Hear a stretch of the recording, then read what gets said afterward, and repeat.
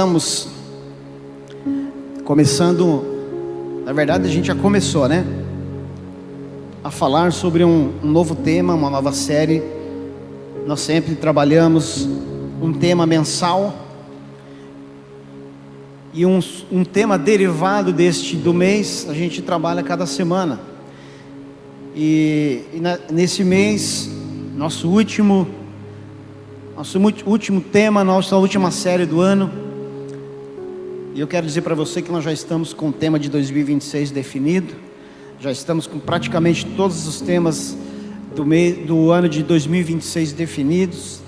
Estamos finalizando aí alguns detalhes ainda, as agendas e tudo mais. Mas nós vamos ter um ano promissor. Amém? Você não está muito empolgado, não. Nós vamos ter um ano promissor. Amém? Glória a Deus.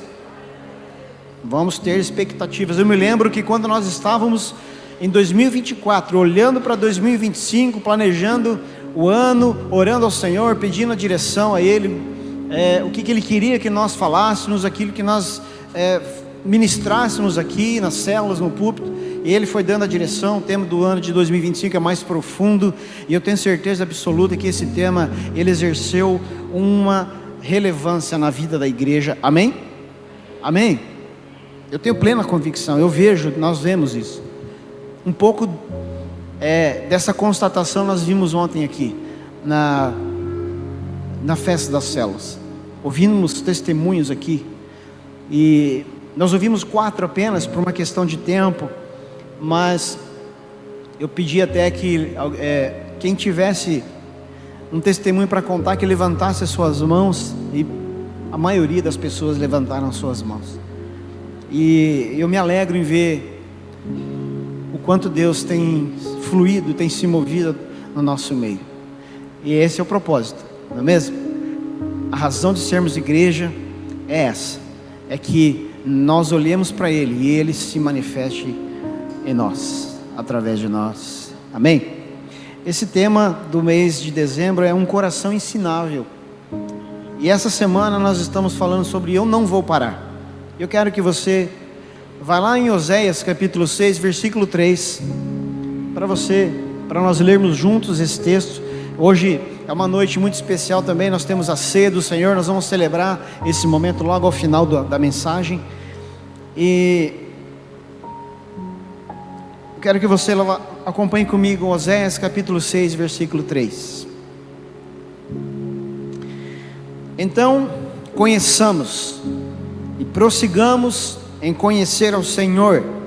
A sua saída como a alva é certa, e Ele a nós virá como a chuva serôdia que rega a terra. Feche os teus olhos. Pai, nós estamos completamente vulneráveis e sujeitos à sua vontade, à ação da sua vontade neste lugar. Nós estamos aqui porque queremos algo novo, Senhor. Nós viemos aqui para buscar uma palavra, uma voz, uma direção. Pai, que nós possamos sair daqui com algo acrescentado nas nossas vidas, em nome do Senhor Jesus. Espírito Santo, faça o que tem que ser feito nesta noite, neste lugar. É o que nós pedimos em nome de Jesus. Amém. Eu gosto muito de montanha. Se eu fosse escolher, eu moraria num lugar de montanha, de serra. Eu gosto de fazer trilha no meio do mato, gosto de subir morro. Eu acompanho muito documentário, muita história na internet, de pessoas que são alpinistas, de pessoas que são trilheiros, que fazem as suas aventuras mundo afora. E a montanha mais emblemática, e você deve saber, a montanha mais emblemática do mundo é o Monte Everest, que está lá no Nepal, quase ali na divisa com a China, bem na divisa com a China. O Nepal ele tem 8.849 metros de altitude, a montanha mais alta da Terra. É surreal a altura dessa montanha. Quando você chega em Katmandu, uma cidade, uma estrutura, daquela cidade, aqueles que desejam subir o Everest, eles precisam pegar um avião de pequeno porte, e descer num aeroporto chamado Lukla, o aeroporto talvez mais perigoso do planeta. Exige uma habilidade muito grande. O avião pousa ali, e a partir dali, os trilheiros, os aventureiros, os alpinistas, eles precisam fazer uma trilha a pé, até o primeiro acampamento base do Everest. Quando você chega naquele acampamento base, você começa a ter uma visão de longe da montanha mais alta do mundo, o Everest. Você tem um vislumbre, e ela está longe, ela é visível porque ela é grande, ela é alta. E os alpinistas, os aventureiros que estão ali, para você chegar no acampamento base, você não precisa ser alpinista. Basta você ter um bom dinheiro para pagar esse pacote para fazer esse trajeto, que não é barato, e um bom preparo físico. Do acampamento base para frente, você já precisa ter um bom preparo físico, uma boa preparação para subir montanhas acima de 8.000 metros. Mas o fato é que no acampamento base do Everest já é possível contemplar a montanha mais alta do mundo. E à medida com que as pessoas, eu estou falando isso porque eu assisto vídeos de pessoas que eles vão fazendo esse trajeto e eles vão narrando, eles vão mostrando esse visual durante esse percurso. E é lindo demais, é um lugar maravilhoso. E à medida com que esses aventureiros vão se aproximando do acampamento base, aquela montanha, que no começo era só uma pequena montanha visualmente falando, no visual, ela vai se tornando grandiosa.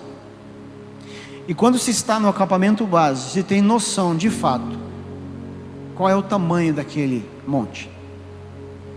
E o Monte Everest, ele é assustador pela sua altura e consequentemente pelo nível de exigência que ele impõe aos seus aventureiros. Muitas pessoas estão mortas lá, porque quem morre no Everest, dependendo da altitude, não se pode resgatar esses corpos. Você vai no YouTube, assiste vídeos lá, você vai ver, os corpos estão na beira da trilha do Everest. Não é possível chegar um helicóptero em determinadas altitudes.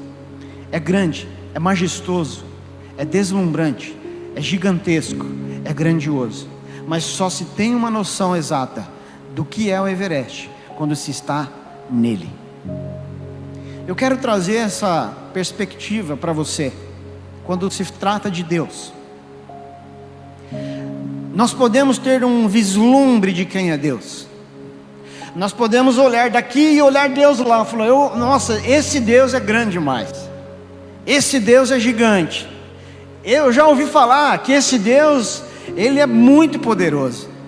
Eu já ouvi falar que esse Deus, ele é absurdamente grandioso, incomparável. Mas eu estou aqui e ele está lá. Oséias, ele nos desafia a mudar essa perspectiva. Oséias, ele nos desafia a sair do lugar de uma mera contemplação, de olhar, nossa, como é bonito, como é grande, como é todo poderoso.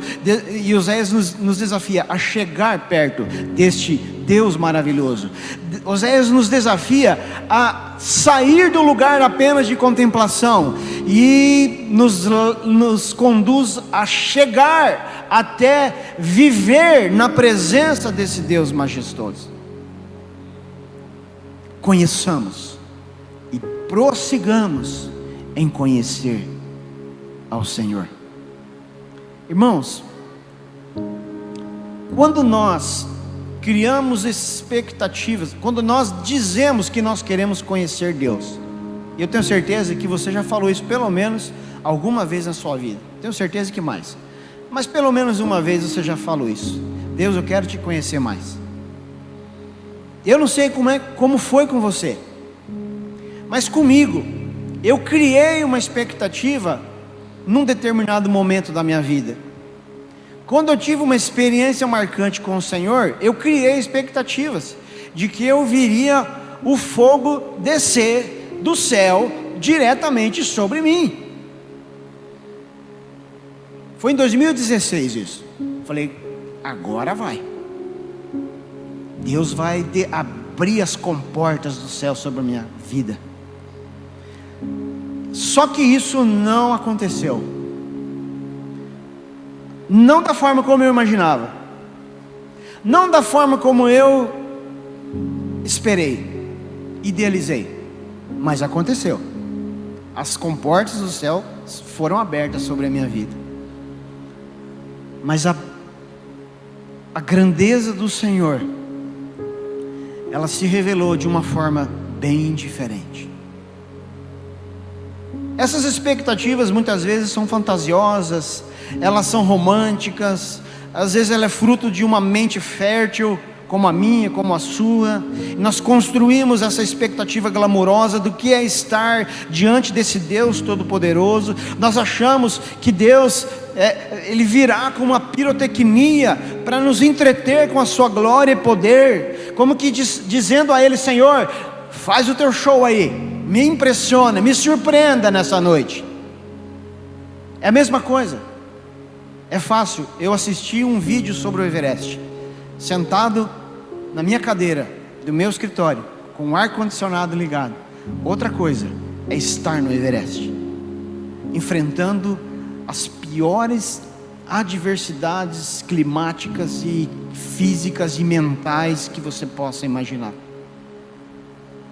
Quem se arrisca, se aventura em montanhas de grande altitude, precisa recorrer ao auxílio de oxigênio, precisa ter um bom preparo mental para vencer os desafios de estar num lugar tão inóspito como é montanha. O Everest não é a montanha, é a montanha mais alta, mas não é a mais perigosa. Existe o K2, que é ali também próximo, naquela região, acho que é Paquistão, se não me falha a memória. O K2 é uma montanha, tem filme sobre isso. Uma coisa é você ver, uma coisa é você estar. Com Deus é a mesma coisa. Uma coisa é a gente imaginar, outra coisa é você estar nele. E é claro, não estou dizendo aqui que diferente do Monte Everest, do K2, Deus não é um Deus perigoso, Deus não é um Deus que ameaça. Só estou dizendo que não é romântico e fantasioso como nós imaginamos. Amém? Você está disposto a ir comigo até o final dessa pregação? Amém? Então vamos lá. Essa visão desse Deus pequeno que nós temos, que é o Deus de longe, esse Deus do vislumbre apenas, aquele Deus que só nutre uma simpatia por nós, essa imagem desse Deus precisa ser desconstruída no meu coração, no teu também. Amém? Eu quero levar você a refletir sobre esse desafio constante que é a nossa vida, nossa busca por conhecer o Senhor. Deus, eu acho que nós vimos muito bem, claramente isso, principalmente nesse ano. Deus é um Deus disposto a se relacionar conosco. Ele nos chama para esse lugar. Quando você for orar, entra no teu quarto, fecha a porta, e o teu Deus que está em secreto te recompensará. Ele nos chama. Ele nos chama. Eu mencionei o Monte Everest. É uma grandeza absurda. Aqui pertinho, do lado aqui, nós temos a Argentina, a montanha mais alta das Américas, a Aconcagua. Tem quase 7.000 metros, pastor. 6.900 alguma coisa, né? Essas paisagens, esses visuais são vislumbrantes. Quando você vai para um lugar, sai da cidade, vai para um sítio, e você à noite contempla o firmamento, você olha para o céu, você tem a oportunidade de ver a grandeza de Deus. A Bíblia fala que o firmamento anuncia a obra das suas mãos. Quando você olha uma estrela, cada estrela tem uma idade diferente. A coloração da luz das estrelas diz a idade delas. Quando a estrela ela tem uma coloração mais avermelhada, mais amarelada, ela já é uma estrela envelhecendo. Ela está em processo de envelhecimento. É claro que nós estamos falando de sei lá quantos milhões de anos que esse processo vai se desenrolar. Mas quando você olha a luz de uma estrela, aquela luz que você está contemplando, dependendo da distância daquela estrela, ela demorou milhares de anos para chegar aqui. Ou seja, pode ser, tem inclusive uma estrela aí que está sendo divulgada aí, que nós estamos contemplando, eu esqueci o nome dela, é Keosev, é uma coisa assim, se alguém souber me corrige. Mas essa estrela, os cientistas estão dizendo que a qualquer momento nós vamos ver ela explodindo. Mas na verdade, se a gente contemplar, se a nossa geração contemplar a explosão dessa estrela, na verdade, ela já aconteceu tantos milhares de anos atrás. Acontece que ela está tão longe de nós, que a sua luz, e olha que a velocidade da luz, eu não lembro qual é absurdamente, mas demora milhares de anos para chegar até aqui. Então eu estou levando você a imaginar a grandeza do nosso Deus. Esse Deus que criou esse universo, com essa magnitude toda, que o homem não consegue mapear ainda, os telescópios espaciais, as sondas que estão viajando pelo universo, esses equipamentos conseguem trazer para nós uma dimensão muito pequena, diante de tudo aquilo que ainda existe. Mas esse Deus com essa grandeza, Ele está lá num quarto, não é literal, né? Ele está lá, imagina assim, Deus está lá no quarto, esperando nós lá dentro. Ele está falando para mim: entra aqui, fecha a porta e vamos ter um tete a tete. Eu quero me relacionar com você. Como é que você se sente diante dessa ótica, desse Deus grandioso, poderoso? Ele não tinha nada que nos chamar para perto. O que um Deus perfeito e santo e grandioso e poderoso como Ele teria de interesse comigo e com você? Pessoas falhas, pecadoras, corrompidas na natureza, na sua essência, frágeis, incompletas, complicadas, que vivem crises constantes. O que um Deus dessa magnitude quer comigo, quer com você? Nunca parou para pensar isso? Esse Deus, Ele deseja nos relacionar, não nos entreter. Por que Ele deseja nos relacionar, ou se relacionar com a gente? Ele deseja nos ensinar. Ele deseja nos forjar. Ele deseja nos preparar. Enquanto que os nossos olhos estão aqui, preocupados com a aposentadoria, como é que vai ser os últimos dias da nossa vida, como é que a gente vai passar a nossa velhice, Deus está olhando para a eternidade. E tudo aquilo que Ele estabelece para mim e para você durante a nossa existência é apontando para a eternidade. Tudo aquilo que Ele permite que eu e você passemos aqui na face da terra é mirando na eternidade, visando nos preparar para essa vida eterna com Ele. Ele nos deseja perto dEle por toda a eternidade. Por toda a eternidade. Eu não sei, talvez você está aqui e você tem nutrido um pensamento no seu coração que Deus esqueceu de você, que Deus não está nem aí para você.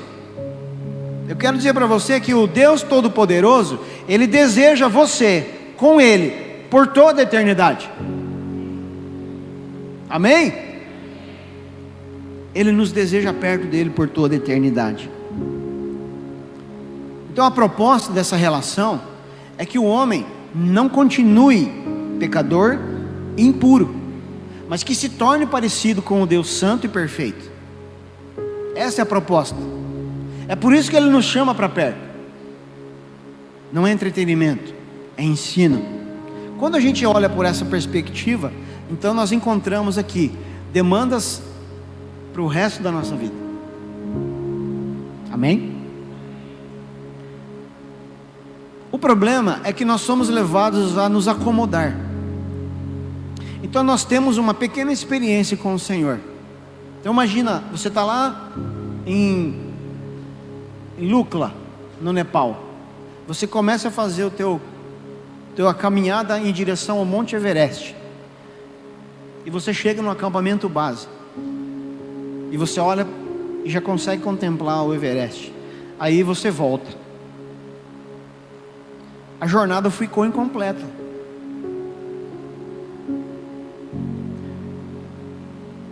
É fácil a gente olhar de longe. Às vezes, eu sei, no Everest vai exigir dinheiro, é caríssimo você fazer esse caminho, essa escalada, existe preparo físico, enfim, uma logística absurda. Eu acho que, sei lá, uns 300, 500 mil reais, eu acho que para subir lá, tudo. Mas quando se trata de Deus, nós não podemos nos contentar, e a gente se contenta. Então eu tive uma experiência com o Senhor, e eu digo para Ele: tá bom, Senhor. Eu tive um milagre na minha vida, nossa, tá bom demais, e a gente para ali. Mas a gente precisa forjar a nossa mente ao ponto de entender que se Deus fez um milagre hoje, se Deus respondeu uma oração hoje, Ele continua querendo fazer outro milagre se for necessário, respondendo às outras orações. Ele deseja se manifestar entre nós, no nosso meio, com o seu poder, com a sua glória, com a sua misericórdia, com o seu amor. A questão é que nós não continuamos buscando, nós não prosseguimos em conhecer a Deus, nós nos contentamos com tão pouco. E Deus não é um Deus de pouco, Deus é um Deus de abundância, Deus é uma fonte inesgotável. Por que nós paramos? Por que nós desistimos? Por que nós negociamos? Por que nós relativizamos? E aqui então nós entendemos, quando Deus, esse Deus Todo-Poderoso, Ele se revela diante de nós, nós nos deparamos com um caminho vasto por todo o resto da nossa vida. É um desbravar constante, porque se eu melhorei, se eu amadureci, se eu aperfeiçoei, se eu fui forjado hoje, significa que Ele vai me conduzir para uma próxima fase amanhã. Nós só não podemos parar, nós só não podemos desistir. Amém? Se você está parado, se você desistiu, não é hora de parar. Avance, continue. Quando aquele jovem rico chegou para Jesus com uma demanda, ele estava com uma demanda, ele tinha uma necessidade, ele tinha um vazio, apesar de ser rico, apesar de ser religioso, ele chegou para Jesus: Jesus, eu ainda não consegui me encontrar, eu tenho dinheiro, eu vou na igreja, eu sou religioso, eu sigo todos os mandamentos, mas ainda me falta uma coisa. Jesus fala, na verdade ele não fala, né, ainda me falta uma coisa, foi Jesus que falou: ainda te falta uma coisa. Pega os seus bens, vende tudo, pega o dinheiro, dá aos pobres e me segue, e aí o teu vazio vai ser preenchido.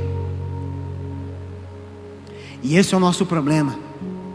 Nós vamos para Deus: Deus, eu quero te conhecer mais, eu quero avançar, eu quero prosseguir em te conhecer. O problema é quando o Senhor, Ele se revela a nós e Ele dá o próximo passo, e esse próximo passo para nós é desconfortável, e às vezes nós agimos como o jovem rico agiu: não, Deus, para mim não dá, eu não quero, eu quero te conhecer mais, mas eu não quero te conhecer desse jeito,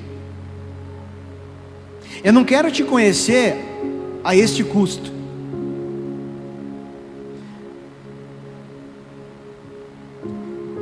É uma conta difícil, mas em algum momento nós vamos ter que fazer uma escolha. O que nós queremos? Conhecer mais Deus ou prosseguir na nossa vida perfeita que nós construímos para nós mesmos?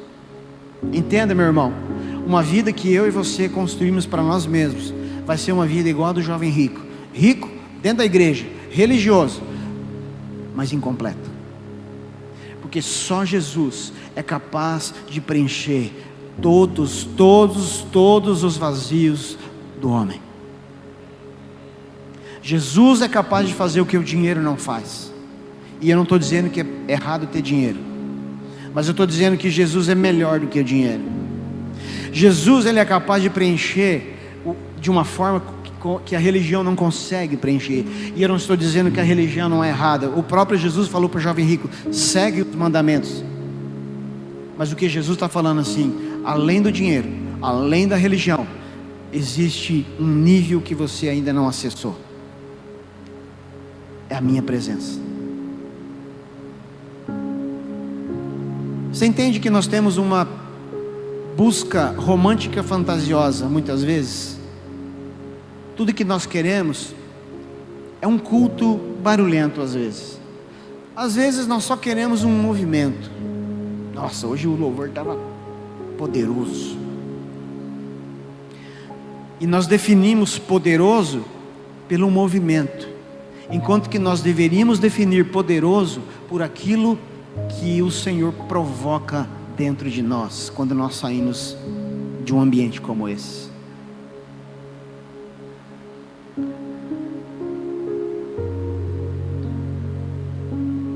A gente vai envelhecendo, a gente vai adquirindo experiências, a gente vai aprendendo tanto, ao ponto de chegar num determinado momento da vida, onde nós vamos nos enrijecendo quanto à capacidade de ter um coração ensinável. Então a gente para de aprender. Eu concordo com você, eu já vou fazer 52 anos em fevereiro. Eu já vivo esse conflito de geração dentro da minha casa. Quando se trata de rede social principalmente, eu escuto direto dos meninos, do Lael, do Felipe, do Pedro, tipo assim: meu Deus, pai,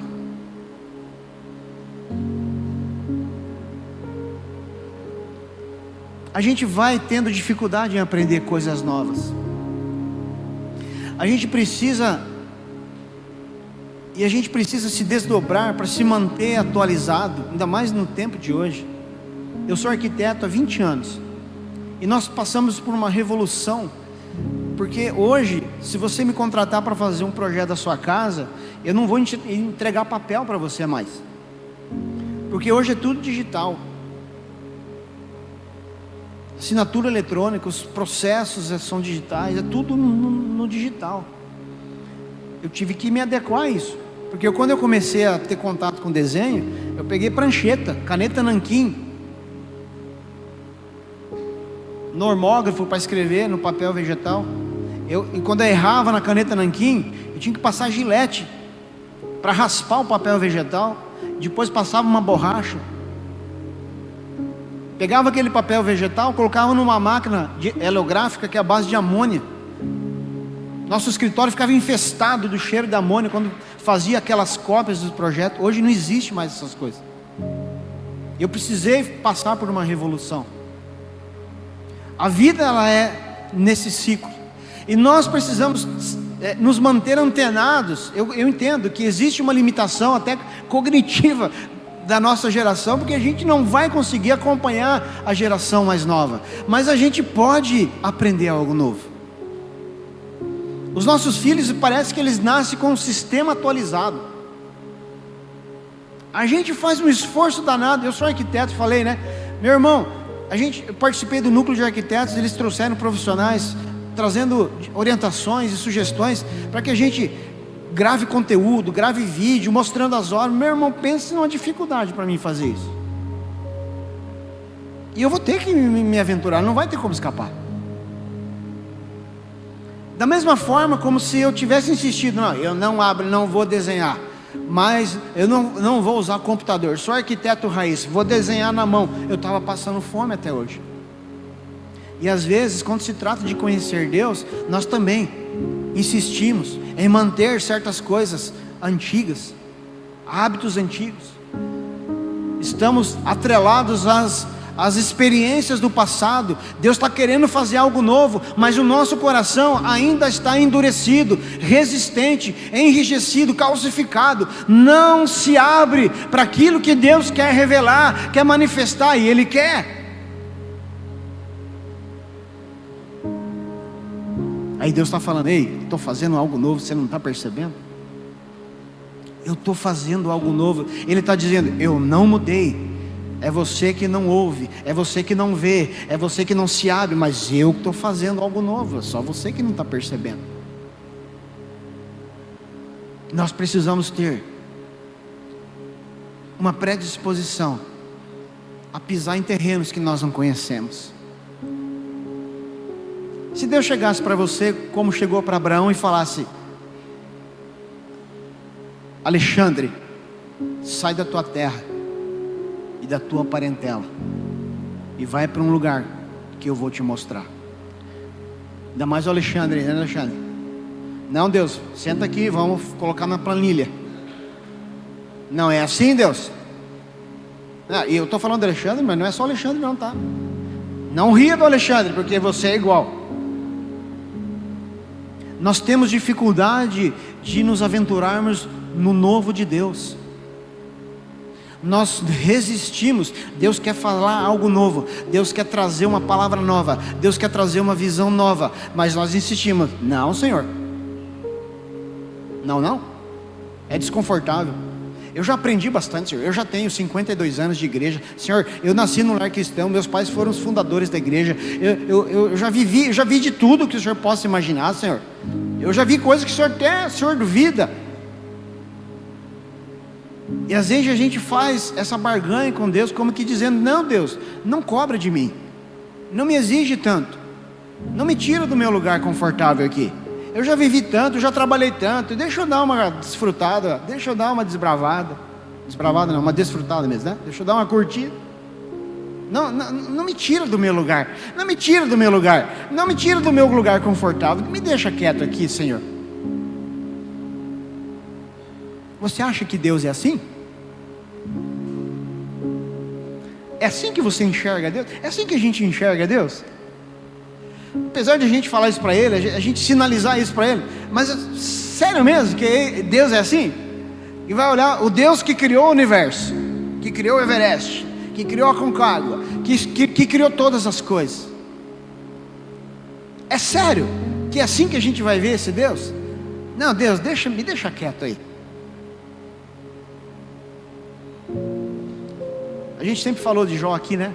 Jó talvez seja o exemplo clássico. Deus fala para Jó, fala para Satanás, na verdade, né? Deus está tendo uma conversa com o diabo lá. Tá vendo meu servo Jó? Não tem ninguém igual. É top.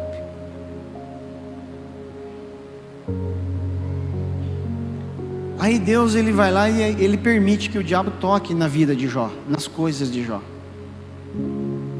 Você consegue conceber isso? Você já imaginou Deus tendo uma conversa com Satanás acerca de você? Você já parou para pensar nisso?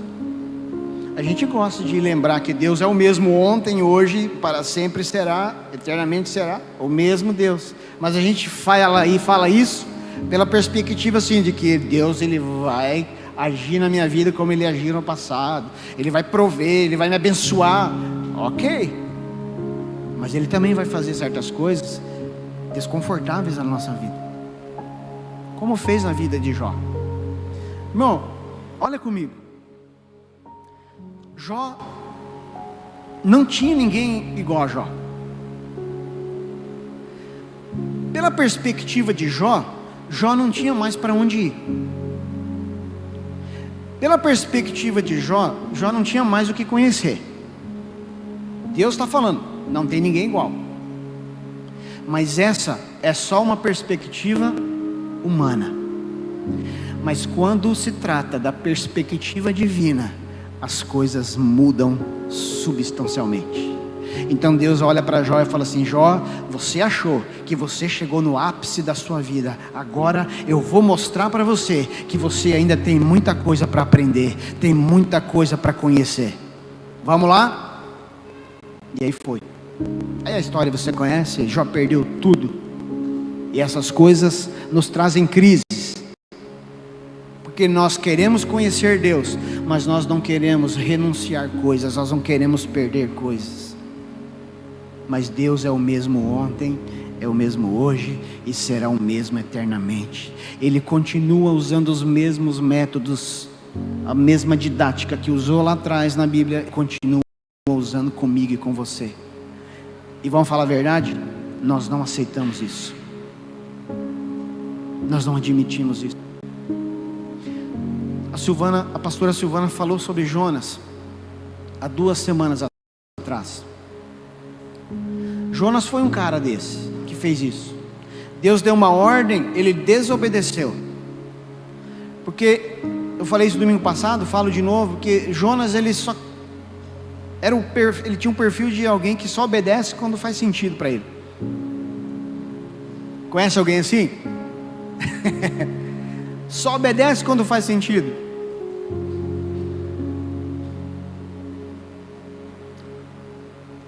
Deus fala para Jonas ir pregar em Nínive.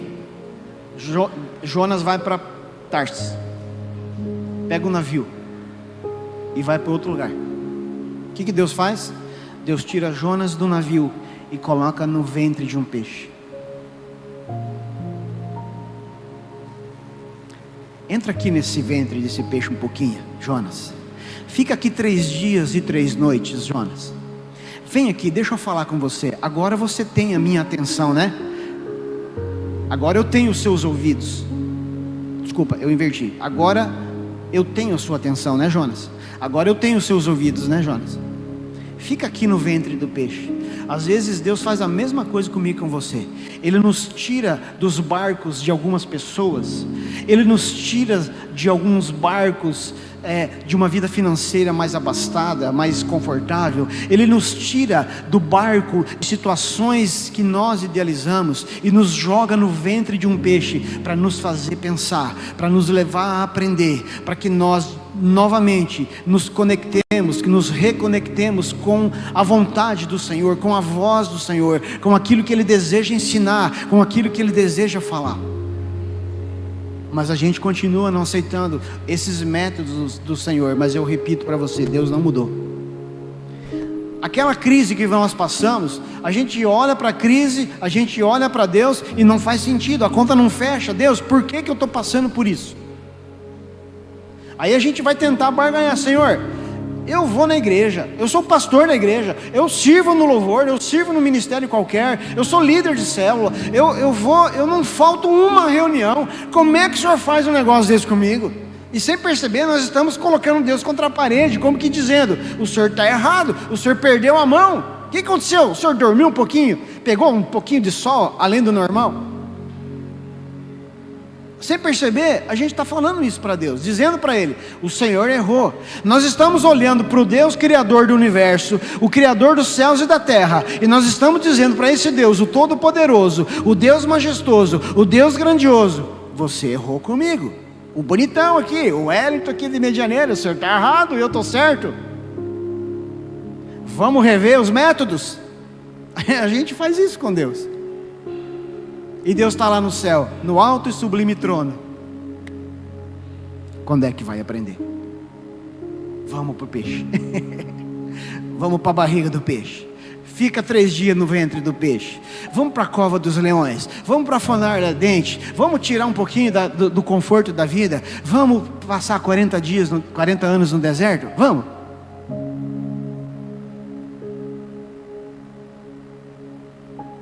Deus querendo ensinar os seus filhos, e nós, os filhos, resistindo em aprender. Abacuque, capítulo 2, versículo 1: ficarei no meu posto de sentinela e tomarei posição sobre a muralha, aguardarei para ver o que ele me dirá e que resposta terei à minha queixa. Abacuque, ele nos ensina qual deve ser a nossa posição. Olha, ele usa palavras fortes: ficarei no meu posto de sentinela, estou atento, eu estou pronto, eu vou tomar posição sobre a muralha e aguardarei para ver o que ele me dirá. Qual vai ser a próxima palavra? Qual vai ser a próxima direção? Qual vai ser a próxima voz? Qual vai ser a próxima visão? Eu estou pronto para dar uma resposta para o céu. Senhor, eis-me aqui. Vai ser desconfortável? Senhor, eis-me aqui. Vai exigir de mim? Senhor, eis-me aqui. Isso vai ser extremamente dolorido? Senhor, eis-me aqui. Você entendeu que não é romântico? Você entendeu que não é fantasioso? Deve haver expectativas no meu coração e no seu coração quanto ao que Deus deseja fazer. Porque se não houver essa expectativa, meu irmão, eu sinto lhe dizer, você está morto já faz tempo e não percebeu. Se não há um fluxo, uma novidade de vida, uma fonte inesgotável, uma nova unção, uma nova alegria, uma nova palavra, uma nova experiência na sua vida com Deus, eu sinto lhe dizer, você já morreu, e você precisa levantar, e você precisa acordar, e você precisa despertar, porque Deus não mudou, Ele continua com a mesma expectativa, desde o Éden, para comigo, para com você. Ele deseja ser o nosso Deus.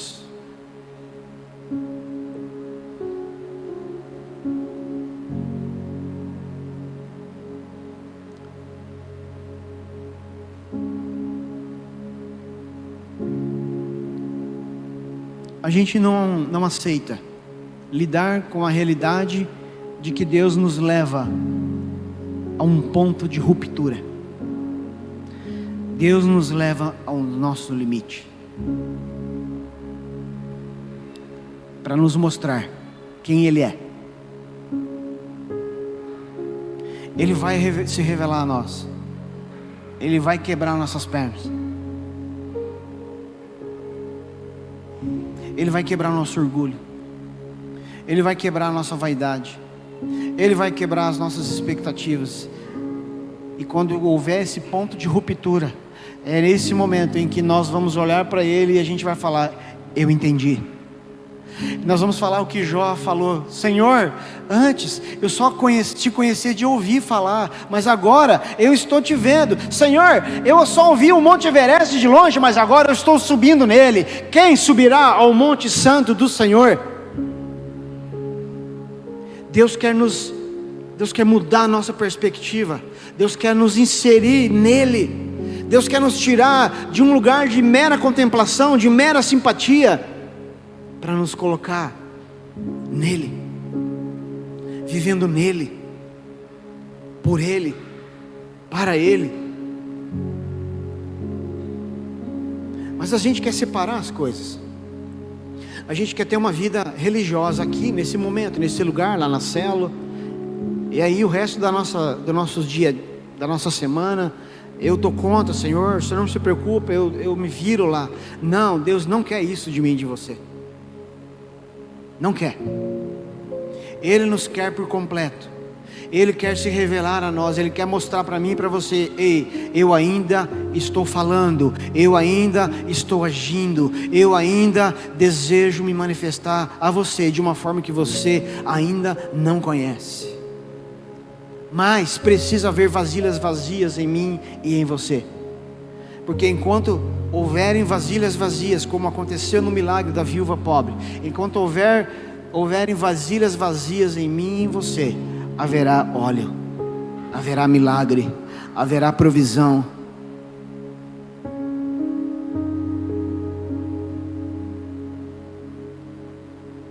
Muitas vezes nós estamos vivendo sem perspectiva alguma, sem expectativa alguma. Nós estamos no automático. A gente vem, participa do culto, louva, recebe a palavra, vai embora para casa, e nada muda. A vida continua a mesma. A vida continua vivendo, passando pelos mesmos percalços. Há uma frieza, há uma inconstância. Meu irmão, Deus quer nos tirar desse lugar. Ele deseja nos tirar desse lugar. Mas eu digo para você, eu repito para você, sim, vai ser desconfortável, sim, vai ser exigente, mas sim, vai valer muito a pena. Vai valer muito a pena. Então não pare, diga para você mesmo, eu não vou parar, eu vou avançar, eu vou prosseguir em conhecer o Senhor.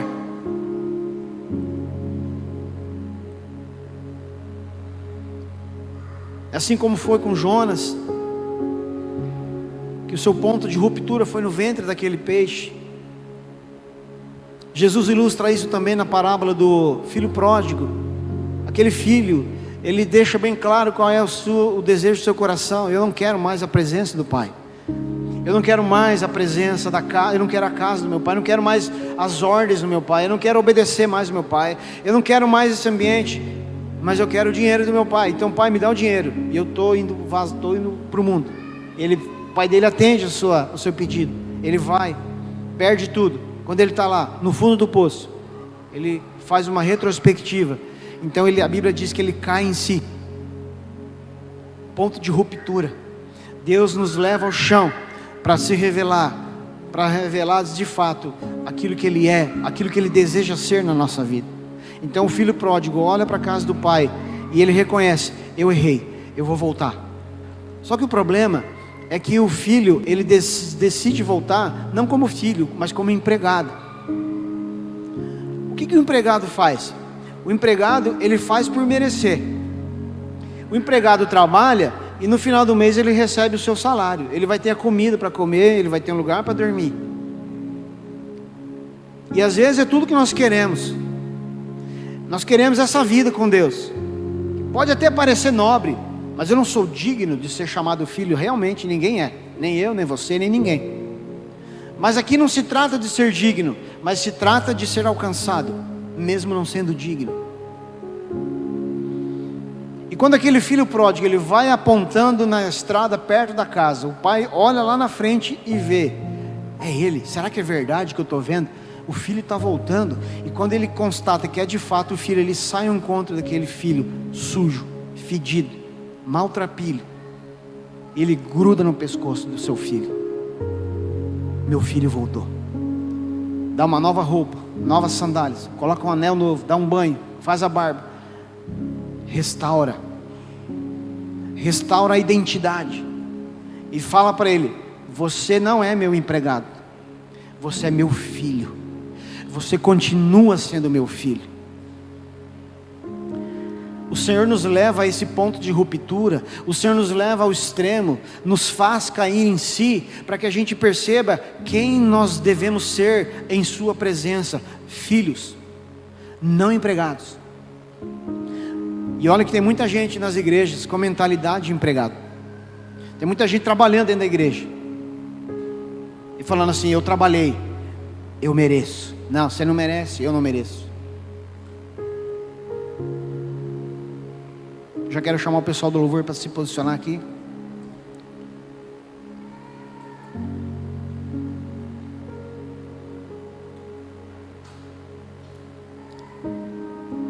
Nós precisamos aprender de uma vez por todas que nós nunca vamos vencer Deus. Ele sempre vai surpreender a gente. Ele sempre vem com algo novo. A gente chega para Ele e fala: oh, Deus, olha o que eu fiz, olha quem eu sou, olha o que eu conquistei. Aí Deus vem e fala assim: não, isso aí não é nada perto daquilo que eu sou e desejo falar e fazer na sua vida ainda. Para a gente aprender algo novo de Deus, a gente precisa entender algo, que nós precisamos ultrapassar na nossa linha do razoável. Até eu falei sobre isso aqui semana passada, um texto que o pastor William me ajudou aqui. Hoje eu quero ler um Efésios 3, 19 e 20, que é: e conhecer o amor de Cristo, que excede todo conhecimento, para que vocês sejam cheios de toda a plenitude de Deus. Aquele que é capaz de fazer infinitamente mais do que tudo que pedimos ou pensamos, de acordo com o seu poder que atua em nós. O problema meu e seu é que nós tentamos conhecer Deus por uma perspectiva humana, como Jó. A gente acha que a gente chegou lá. A gente fala para Deus: nossa Deus, eu já vivi tanta coisa dentro da igreja, já conheci tanta coisa. Mas Deus continua falando: não, mas tem algo que você não conhece ainda.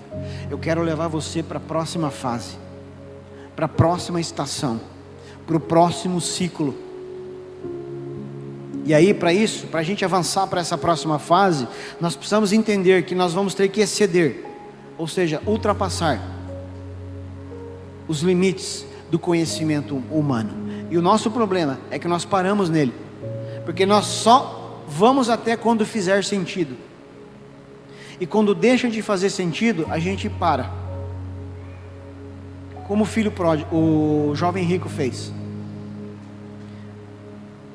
Não faz sentido um homem construir uma arca durante 100 anos num lugar que não havia água. Não faz sentido algum. Mas quando nós olhamos para Jó, para Noé, hoje tá bom, hein? Quando nós olhamos para Noé, nós vemos um homem que tinha um coração ensinável. Deus chama Noé, abre o projeto na prancheta e fala para Noé: Noé, eu quero que você faça esse barco aqui. Noé não entra em debate com Deus. Deus, mas não faz sentido. Da onde nós vamos pegar tanta madeira? Não tem água aqui, Senhor. Olha o tamanho desse barco. Como é que nós vamos... Isso aqui vai virar um museu, isso aqui. Não, Noé não faz isso. Noé estava na posição que Abacuque falou ali. Pronto, vigilante, disponível para a próxima palavra, para a próxima ordem. E quando veio a próxima ordem, quando veio a próxima palavra, Noé recebeu e colocou em prática, e obedeceu, e seguiu aquilo que Deus havia estabelecido, mesmo não fazendo sentido. E é isso que eu e você precisamos, é nesse terreno que nós precisamos entrar, meu irmão. Porque nós temos que abandonar a razão humana e começarmos a viver o extraordinário de Deus, e dizer para nós, como que brigando, como que lutando, não faz sentido algum obedecer, mas se é Deus quem está falando, eu vou obedecer, porque se Ele está falando, Ele sabe do que Ele está, o que Ele está pedindo, Ele enxerga o que eu não consigo ver. Aqui é que se separa os covardes dos corajosos. E precisa ser corajoso, irmão, para obedecer. Precisa ser ousado para abandonar a lógica humana e se aventurar numa palavra que não faz sentido.